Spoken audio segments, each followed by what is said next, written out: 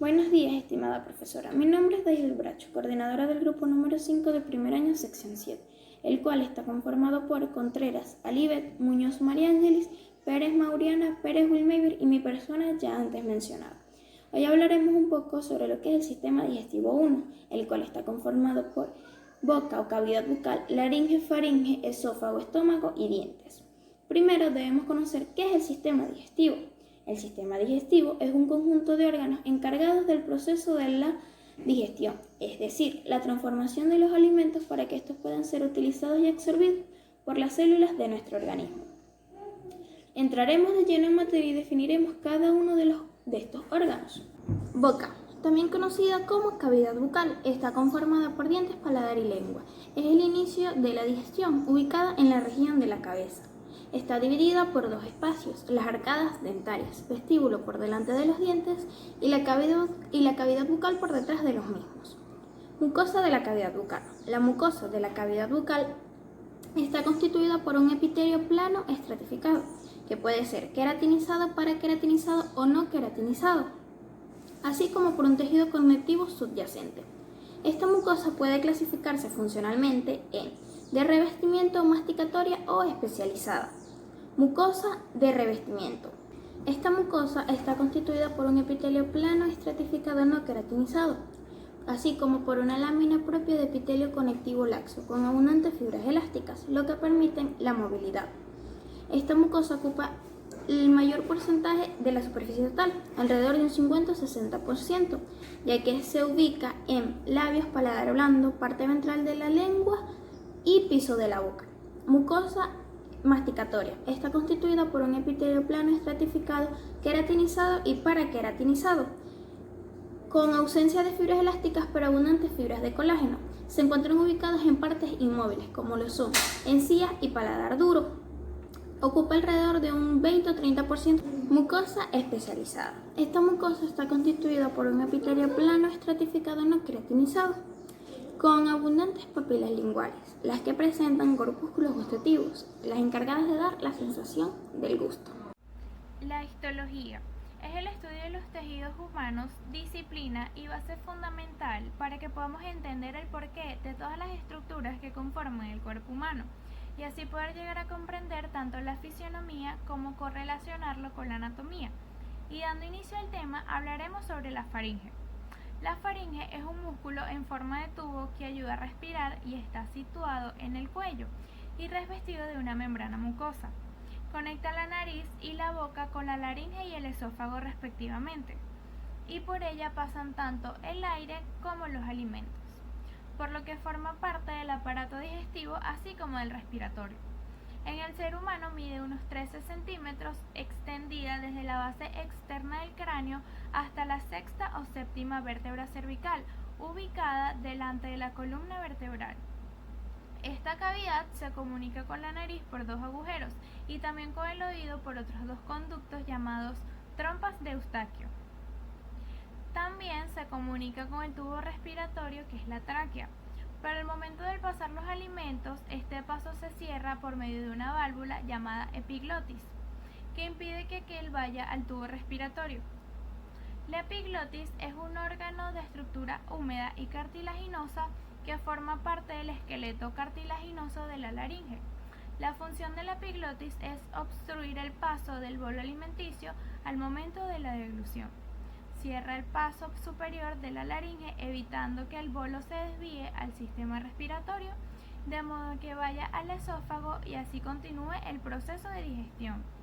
En los pilares de la faringe se encuentran unas glándulas llamadas amígdalas, que defienden al organismo de las infecciones.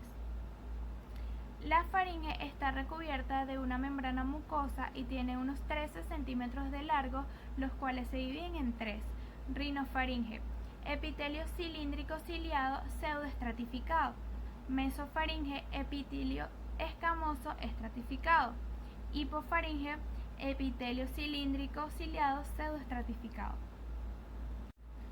Forma: es un órgano hueco en forma de cilindro ensanchado o embudo abierto para adelante, cuyo techo corresponde al occipital.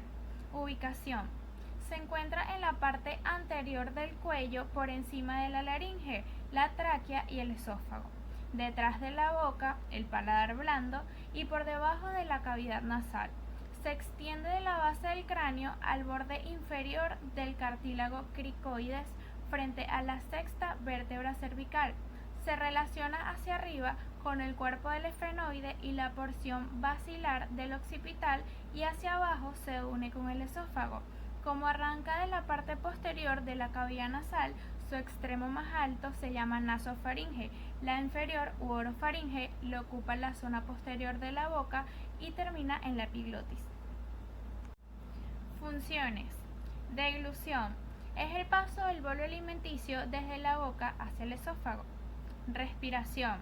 Por respiración generalmente se entiende al proceso fisiológico indispensable para la vida de los organismos, que consta de una inspiración o inhalación y expiración.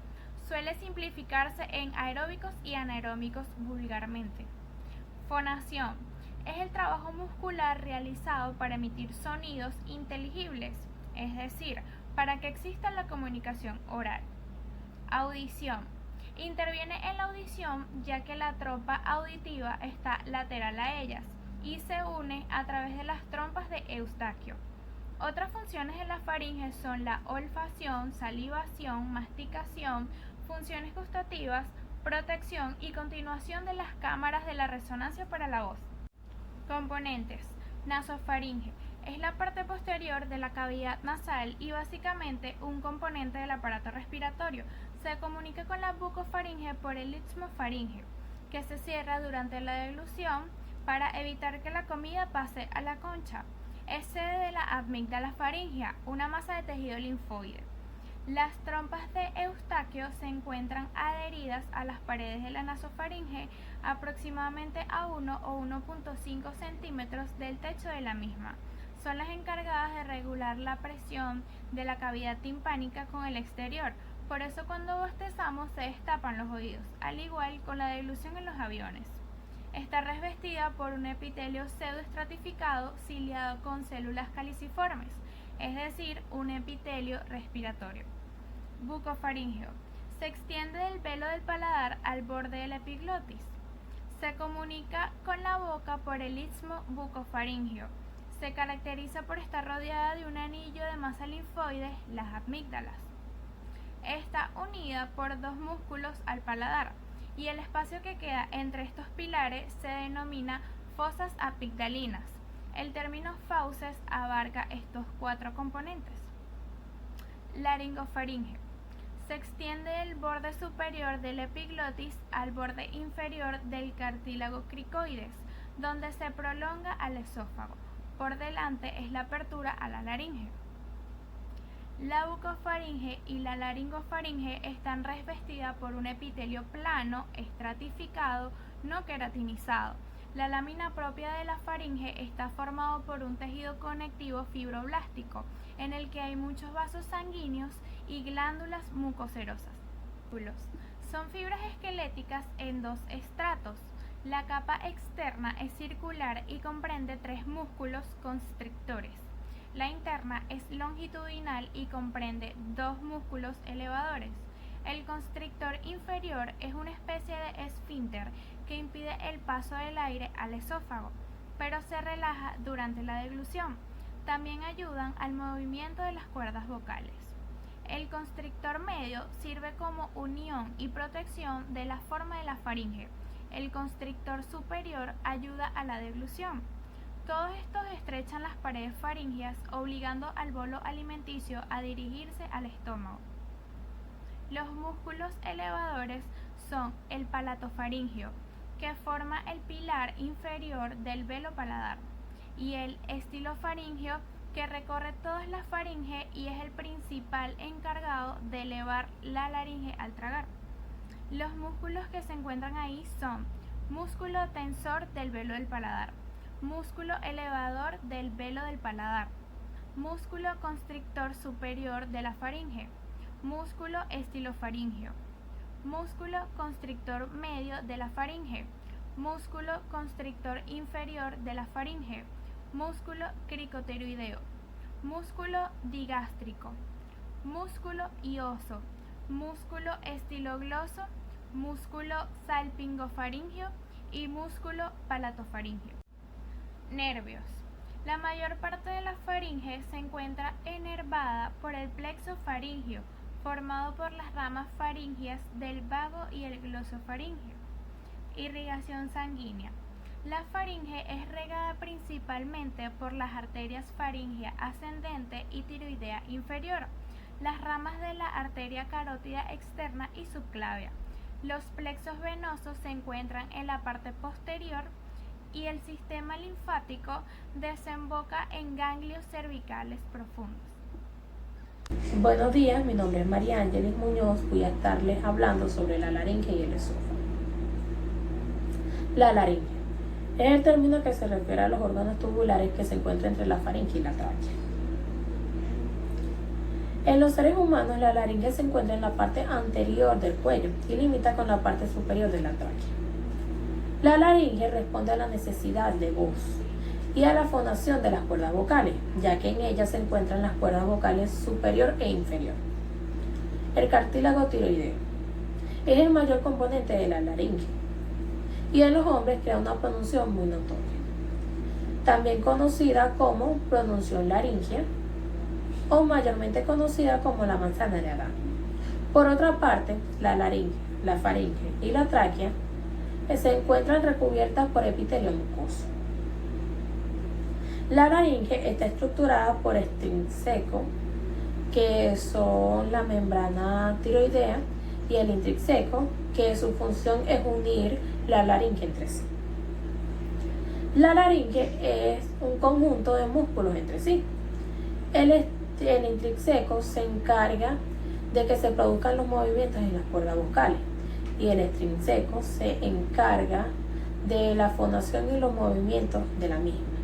Por ejemplo, la membrana tiroidea y el contracto medio. ¿Cómo se genera la voz? Con el paso del aire. Esto hace que las cuerdas vocales vibren y creen sonido. Y las palabras se generan gracias a la intervención de los músculos de la boca y de la lengua. El esófago es parte del aparato digestivo. Es un tubo muscular que en los seres humanos mide 25 centímetros. Este conecta la faringe con el estómago. Se extiende desde la sexto-séptima vértebra cervical hasta la sexta vértebra torácica. Por allí mismo se pasan los alimentos desde la faringe hasta el estómago. El esófago consta con 3 capas. La capa mucosa que está compuesta por epitelios y por tejido subyacente, y por la capa submucosa que se encuentra por debajo de la mucosa y está formada por tejido conectivo denso, y allí se encuentran la glándula esofágica. El esófago es parte del aparato digestivo. Es un tubo muscular que en los seres humanos mide 25 centímetros. Este conecta la faringe con el estómago. Se extiende desde la sexto-séptima vértebra cervical hasta la sexta vértebra torácica. Por allí mismo se pasan los alimentos desde la faringe hasta el estómago. El esófago consta con 3 capas. La capa mucosa que está compuesta por epitelios y por tejido subyacente, y por la capa submucosa que se encuentra por debajo de la mucosa y está formada por tejido conectivo denso, y allí se encuentran la glándula esofágica, y la capa muscular que está formada por células musculares lisas y se direccionan perimetral circular y la otra longitudinal. El estómago. El estómago es una dilatación del tubo digestivo, situada entre el esófago y el duodeno, con una capacidad aproximada de 1 a 1,5 litros. Difiere del resto del tubo digestivo, en que su pared tiene una tercera capa de fibras musculares lisas orientadas de modo oblicuo y situado en la parte interna de la capa circular. La mayor parte del estómago Se encuentra situado en el epigastrio, aunque también ocupa parte del hipocondrio izquierdo. Se relaciona por delante con el lóbulo izquierdo hepático y el reborde costal izquierdo, por detrás con el riñón izquierdo, por encima con el diafragma y por debajo con el colon transverso y su mesocolon. La túnica mucosa del estómago presenta múltiples pliegos, presas y grietas. Se dividen en 3 capas: el epitelio, la lámina propia de la mucosa y la lámina muscular de la mucosa. El epitelio. En la superficie de la mucosa existen células epiteliales simples que reciben el nombre de células mucosas superficiales. Las células epiteliales forman columnas de células secretoras que se llaman glándulas gástricas, las cuales desembocan en las foveolas o fósitas gástricas, que finalizan en la luz del estómago. En las glándulas gástricas existen diferentes tipos de células, cada una de las cuales produce una sustancia diferente. Las células mucosas del cuello, las células parietales, células principales, células endocrinas, células G, células D, células enterocromafines, células SL.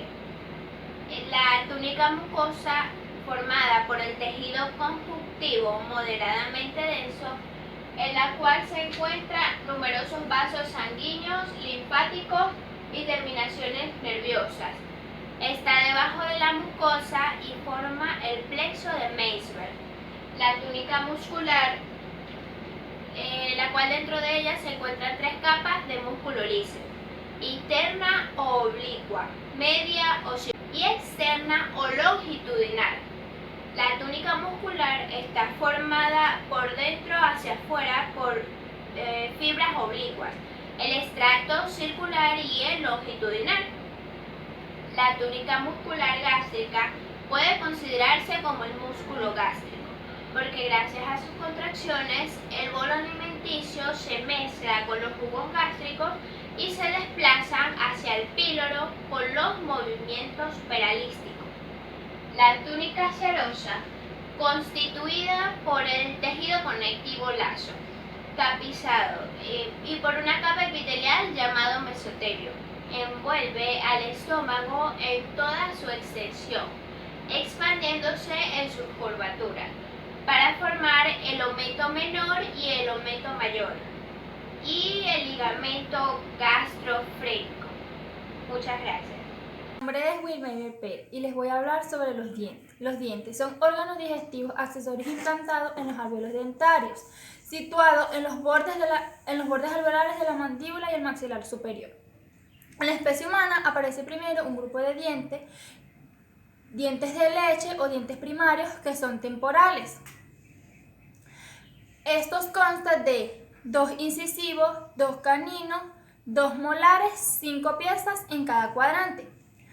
Hay pues 20 dientes de leche que comienzan a crecer hacia el 6º mes de vida y terminan su crecimiento a los 2 años de edad. Alrededor de los 5 años, los dientes de leche son sustituidos por dientes permanentes y culmina su crecimiento a los 20 años o después de los 20 años.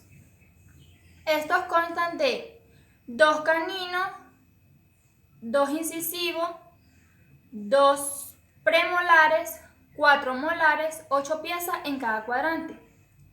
La dentadura definitiva de la especie humana es de 32 dientes en total. Función de los dientes. Número 1. Captura o sujeción del alimento. Número 2. La división o separación de las partículas de alimentos grandes en partículas más pequeñas. 3. Digerir o deglutir. 4. La separación o conversión del alimento cuando ya está en la boca. Corona, cuello y raíz son tejidos mineralizados, gracias a los cuales podemos masticar el alimento. Paso previo fundamental para una buena digestión. Su estructura, su número y su disposición varía en los niños y en los adultos. Los dientes. Los dientes comprenden 4 tejidos. 3 de ellos son tejidos duros y 1 es un tejido blando. Los 3 tejidos duros son el esmalte, la dentina y el cemento. Y el tejido blando es la pulpa. La pulpa se encuentra en el centro del diente, con nervios, los vasos sanguíneos y el tejido conjuntivo. El tejido conjuntivo es un tejido blando o no calificado. Anatomía del diente: esmalte, dentina, encía, pulpa, hueso, corona y raíz. Gracias.